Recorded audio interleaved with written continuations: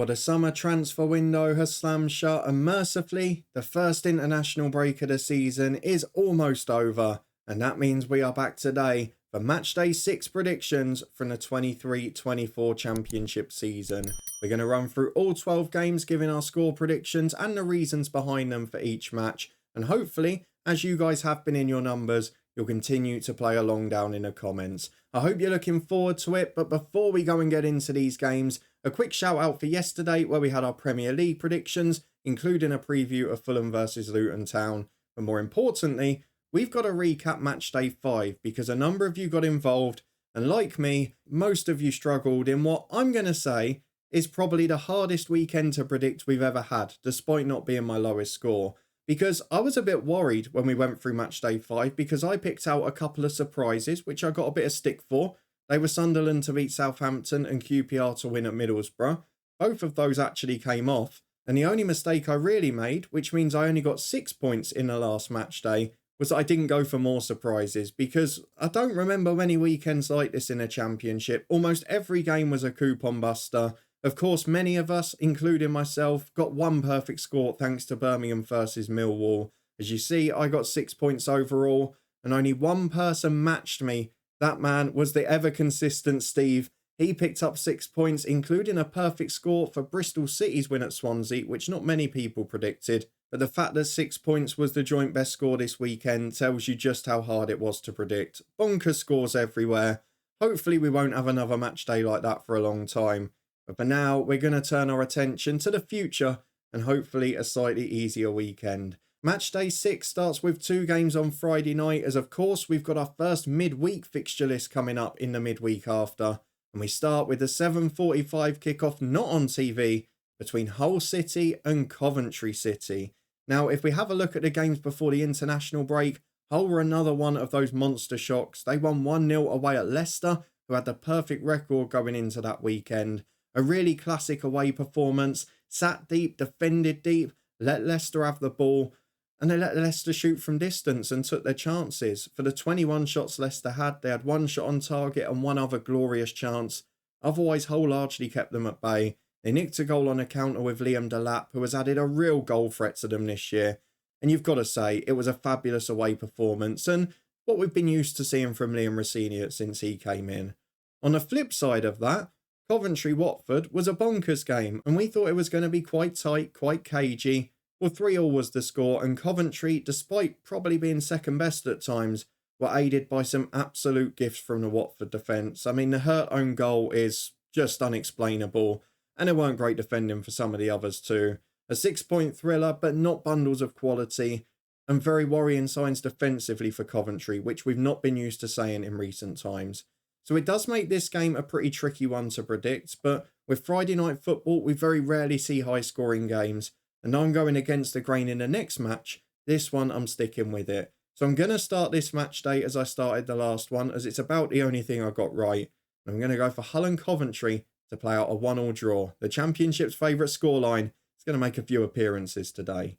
As we move on to the second of the 2 Friday night games, and the one that's been predictably picked for TV, it is the 2 relegated sides, Southampton versus Leicester City, who face off at St Mary's. Southampton, what on earth happened? Now, I'm going to bite back here because I got a lot of stick, particularly on socials, for predicting Sunderland to win that game. At least I only went for 2-1 because Southampton just capitulated.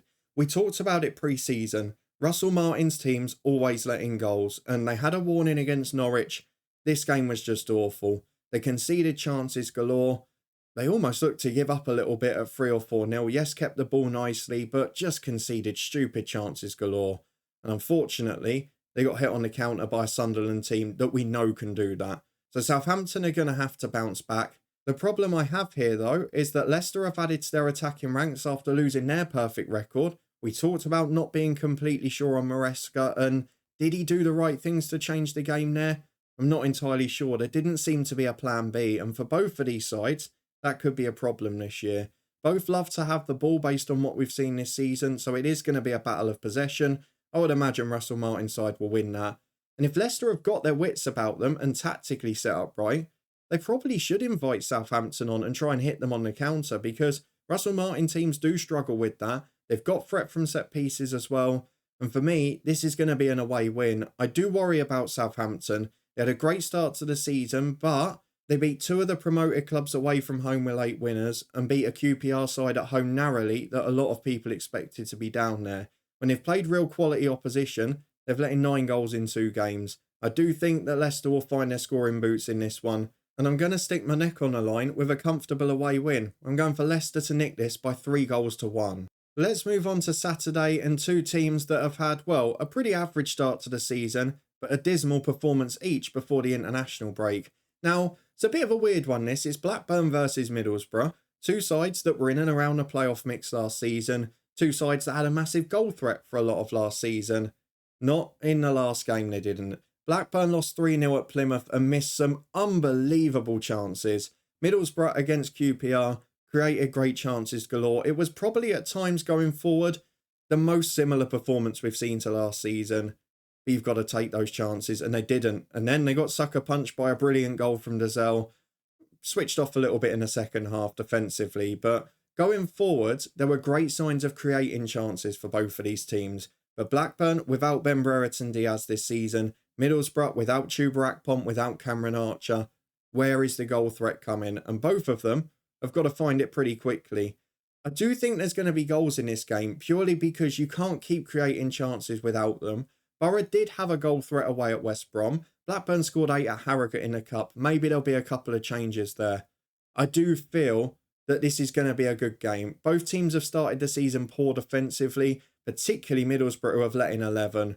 So I'm going to go for a thrilling draw, which you know what that means this season. Every time I've predicted a thrilling 2-2 draw, we've had a 1-0. So apologies to Blackburn and Middlesbrough fans in advance, but I am going for 2-2 here. I just think both sides have got vulnerabilities defensively and they're creating chances. So if they can take some this time, I think they'll both be happy if they can get a score draw. Let's move on to the 4th game of the weekend, which is Bristol City versus West Bromwich Albion. West Brom, the victims, as another surprise as they lost in a last minute of stoppage time to Huddersfield Town. A 2-1 defeat at home is a poor result in truth.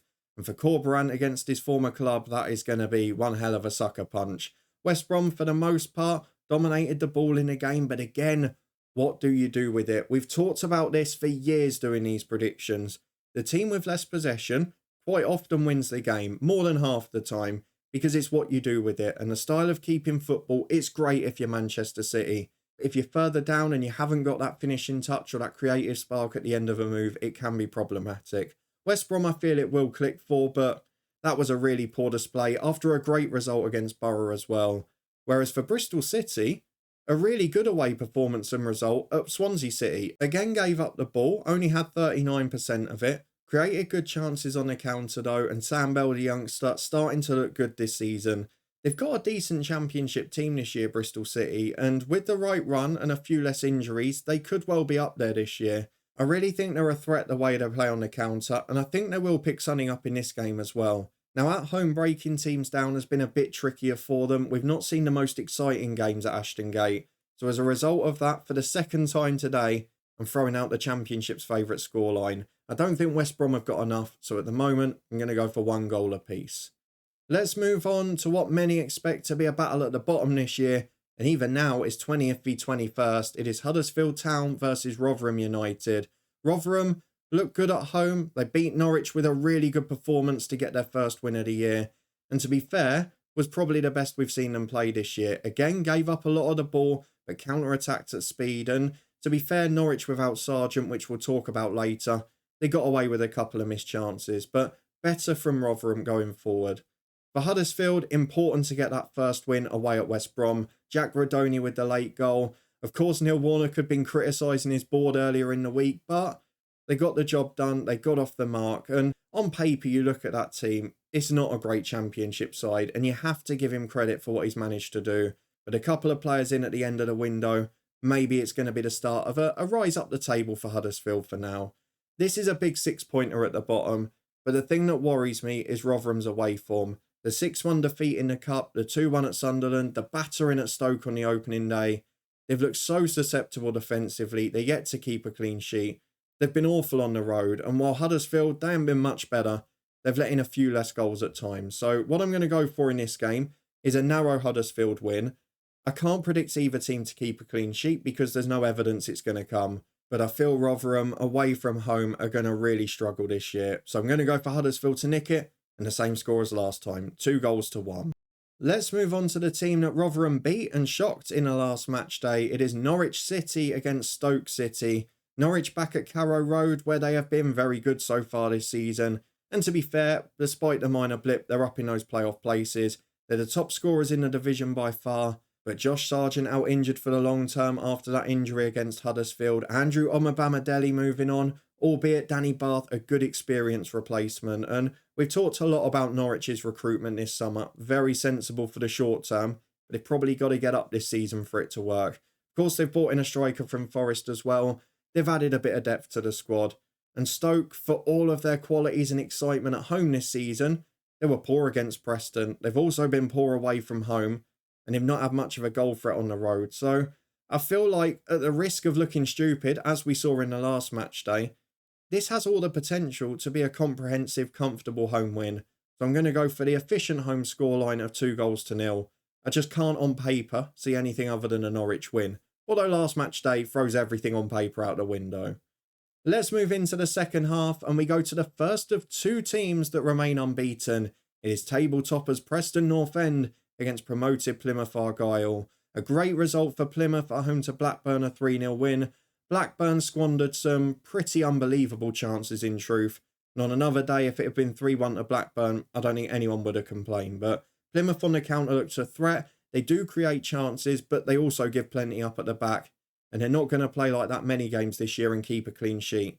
Preston, they're just efficient. And I said it in one of the comments last week. As a neutral, they're not a side that I enjoy watching particularly. But I saw it with my own eyes at Kenilworth Road last year. We're seeing it at the start of this one as well. They're efficient. They're defensively pretty good. And now in Will Keane, who I'll admit I've been surprised by. I didn't think he would be this fluent a goal scorer early on. They seem to have a bit of a goal threat too. So very similar defensively to their start last season. 3 goals is the joint best conceded in the league. But going forward, they've got extra goals in them. And again, I just see them picking up a result. I don't think it's going to be pretty. I don't think it's going to be free-flowing. And although it could be more than this, I'm going to go a little bit safe. And I'm going to say 1-0 to Preston, as they did at Sheffield Wednesday a couple of weeks ago. Let's move on to the wildcard game this weekend for me, which is QPR versus Sunderland. We mentioned QPR got that brilliant 2-0 win at Borough last time out, but it's a few of those experienced players coming back into the team now. We saw Colback getting fit up. We saw a great goal from Andre Dazelle. And Lyndon Dykes has been involved for Scotland, so we'll assume he's coming back in soon. It was a really good result for them, but Middlesbrough opened them up and created chances galore. And on another day, if they'd had Akpom and Archer up front, they might well have scored 3 or 4 in that game. The problem for them is they're coming up against a Sunderland side that produced performance of the week to beat Southampton 5-0. And they took virtually every chance they had. They also have the bonus of not losing those 2 players to Southampton on deadline day, which I think they'll be pretty glad of having looked at the game. And that means that Sunderland are going to be a big threat in this one because Sunderland last season loved playing on the counter against slower, more laboured defences. They gave our Luton team trouble on several occasions. QPR, for all of the quality they've added and the type of character they've added, they've got a fairly ageing and fairly slow backline. And Sunderland are going to be ruthless on the counter-attack. I just feel this game is set up for Sunderland. The way Styles make matches at times. It was QPR's first win in 4 in all competitions. They've not had a massive goal threat this season, albeit they've been better defensively since the opening day. I do feel this could be the most similar game to it. Sunderland, they're off the mark now, and I feel they're going to get running. I'm going to go for them to win this pretty comfortably. I'm going for a second 3-1 away win of the weekend. I just feel like this game is made for Sunderland. QPR will be alright this year, but this is not going to be their day. Next, we move on to the battle of the promoted clubs from last season. They were battling it out for second in the final weekends of the League One season last year, but it's Sheffield Wednesday versus Ipswich Town at Hillsborough. And my word, of these sides had very different starts to the season. Sheffield Wednesday, they pick up their first point with a draw away at Leeds United. A good result in isolation, a slightly better defensive performance from Xisco's side, albeit Leeds did have 2 or 3 chances to win that game. But Sheffield Wednesday had a bit of a threat on the counter too, so definitely an improvement for them, albeit still plenty to work on. For Ipswich, well, you've got to give them credit. They've played some good football at times this season. They've had some decent days at the office. This was not one of them. They were 2-0 down after 55 against Cardiff. It looked like being another shock of the weekend. But in the end, they delivered most people a point, including me, by coming back and winning 3-2. Freddie Ladapo, another player popping up and proving he can be a match winner. And while I don't think Ipswich are going to be as high as people predict this year, again, look at the opposition they've played and beaten at times. Cardiff expected to be down there and they made hard work of it. They have got a constant goal threat. They gave up a few too many chances, as they did against Leeds in the home game before. On the road, they've generally been a bit better and a bit tighter though. We've got to remember it's not long ago they kept 3 clean sheets in a row. So what do we go for here? I just feel that Ipswich are going to be stronger. I know I've said it before this season, I'm really worried about Sheffield Wednesday, just the culmination of events. They've signed some good experienced Championship players on deadline day, the likes of Jeff Hendrick, John Buckley, a good signing coming in. I don't know if they're ready just yet. So for now, I'm going to go for Ipswich to overpower the midfield, to just run the game with a bit too much energy, and I'm actually going to go for them to keep a clean sheet. I'm going for another away win, this time by 2-0.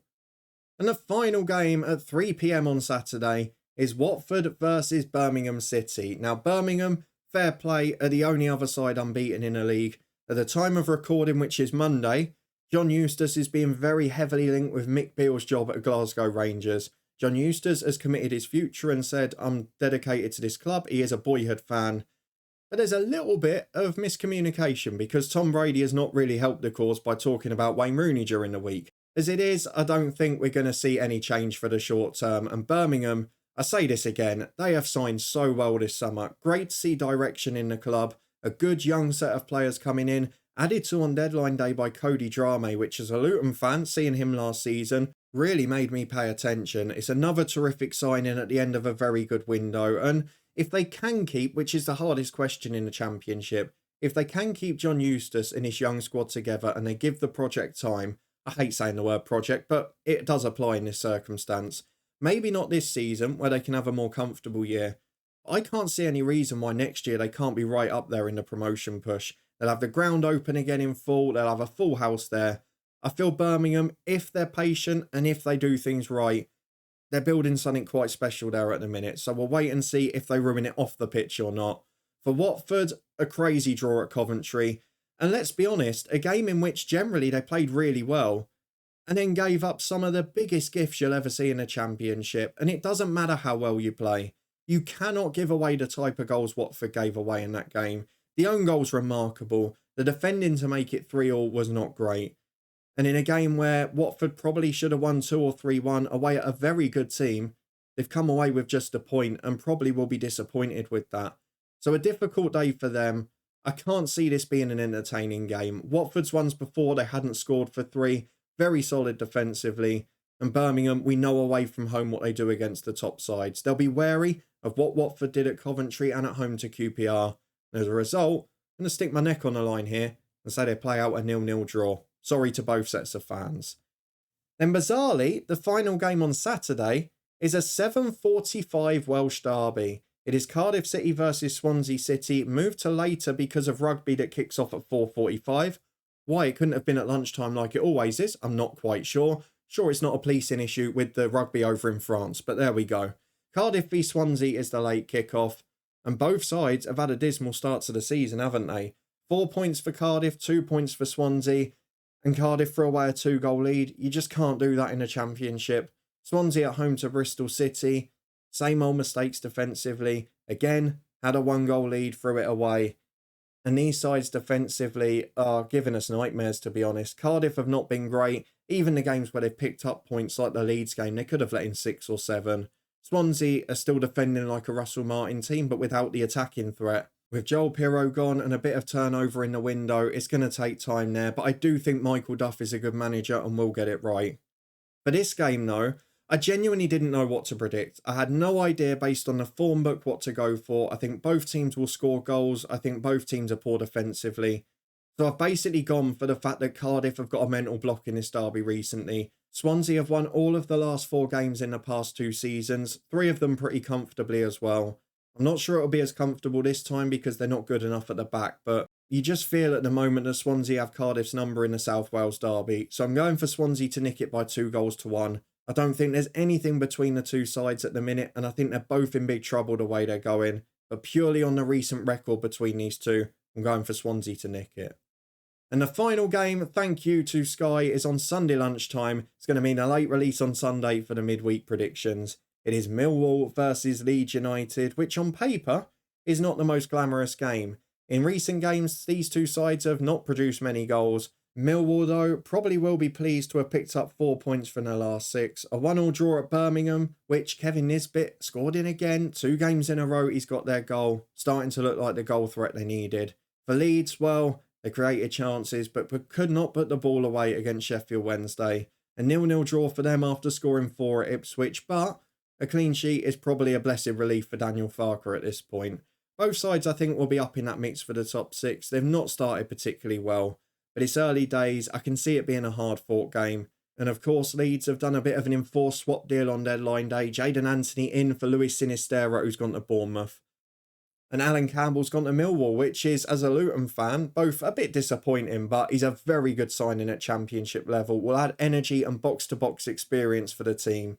I can see this being a good game. I don't think it's going to be hugely high-scoring, and I don't think there's much to separate them. As a result, I'm finishing where I started, with the Championship's favourite scoreline of 1-1. Let's have a quick recap of what I've gone for then, and we can finally hide my sweaty head, which decided to record this on one of the hottest days of the year. We have gone for 2 3-1 away wins this weekend, with Leicester to do it on Friday night at Southampton and Sunderland to do it at QPR on the Saturday. We've also gone for a comfortable away win in a battle of the promoted sides for Ipswich Town and Sheffield Wednesday, a bold 0-0 draw between Watford and Birmingham, and 3 Championship's favourite scorelines, including the first and the last game of the Matchday. But those are just my predictions for Matchday 6. Do you agree or disagree with them? Let me know in the comments section. And of course, continue to play along and give me your predictions for Matchday 6. If you do beat my score at the weekend, you will get a shout out in the comment section of Matchday 7, which will be out this Sunday for a full midweek fixture list. So keep your eyes peeled for that on Sunday evening. If you enjoyed this video, please do put a thumbs up on it. Subscribe and turn that notification bell on to get alerts every time new content releases. A massive thank you for your support on the Premier League predictions. You can find yesterday's one for this weekend up in the eye above, as well as our interview with a Luton legend over the international break. And of course, we will be back on Sunday evening for a full midweek fixture list in the Championship. Hopefully this weekend won't be as unpredictable as the one before the international break. And if you're going to watch a game, I hope your side does well. I'll see you on Sunday for Matchday 7.